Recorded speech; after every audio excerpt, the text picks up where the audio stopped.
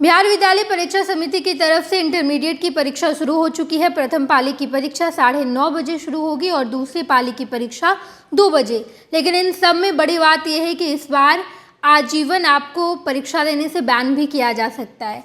एक गलती और इस बार बोर्ड सबसे बड़ा फैसला लेगा।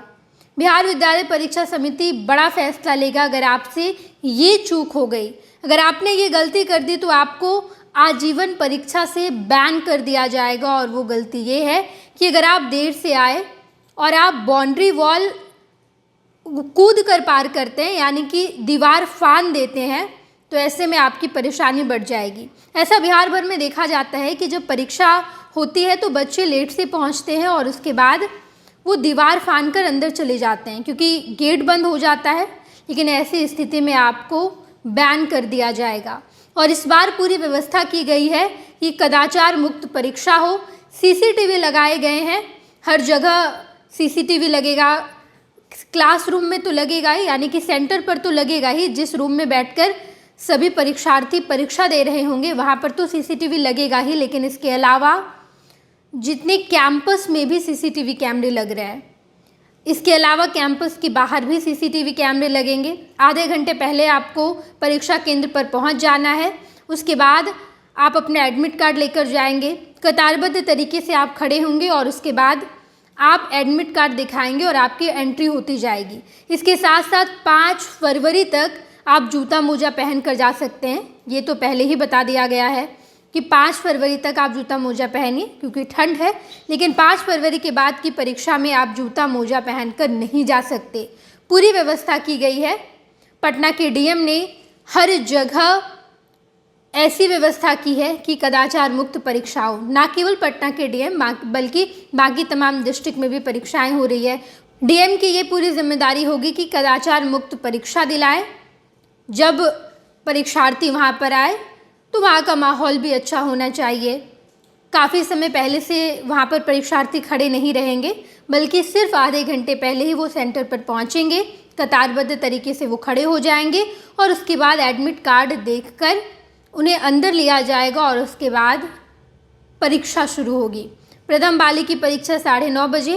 प्रथम पाली की परीक्षा बायोलॉजी और फिलॉसफी की है, यानी कि 9:30 बजे जो परीक्षार्थी हैं वो कुछ परीक्षार्थी बायोलॉजी की परीक्षा देंगे जिन्होंने बायो सब्जेक्ट लिया है, और जो फिलॉसफी सब्जेक्ट लिए हैं वो फिलॉसफी की परीक्षा देंगे। और दूसरे पाले में यानी कि 2 बजे जब परीक्षा की शुरुआत होगी तो इकोनॉमिक्स की परीक्षा है। लेकिन बड़ी बात यह है कि अगर आप एक गलती कर गए तो आपको बैन कर दिया जाएगा।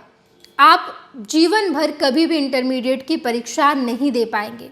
कुछ साल पहले जब हम जाते हैं तो आपको देखने को मिलेगा कि बहुत इस तरीके से परीक्षा होती थी, खूब चोरी चकारी होती थी। लेकिन धीरे धीरे बोर्ड ने सुधार लाया। बोर्ड ये पूरी कोशिश करती है कि कदाचार मुक्त परीक्षा हो। अधिकारियों को लगाया जाता है, प्रशासन की मौजूदगी होती है वहाँ पर, ताकि बच्चे अच्छे से शांतिपूर्ण तरीके से परीक्षा दे पाए।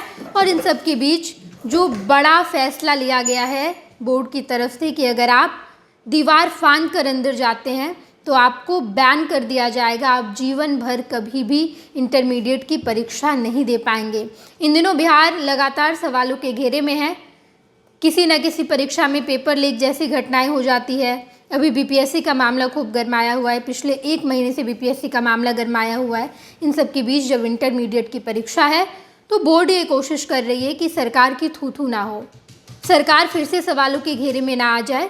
इस वजह से प्रशासन और अधिकारी बेहतरीन तरीके से पूरी व्यवस्था किए हैं। बोर्ड ने भी अच्छा व्यवस्था किया है कि बेहतर तरीके से जितने परीक्षार्थी हैं वो केंद्र पर आए, सेंटर पर आए और उसके बाद परीक्षा दे दें।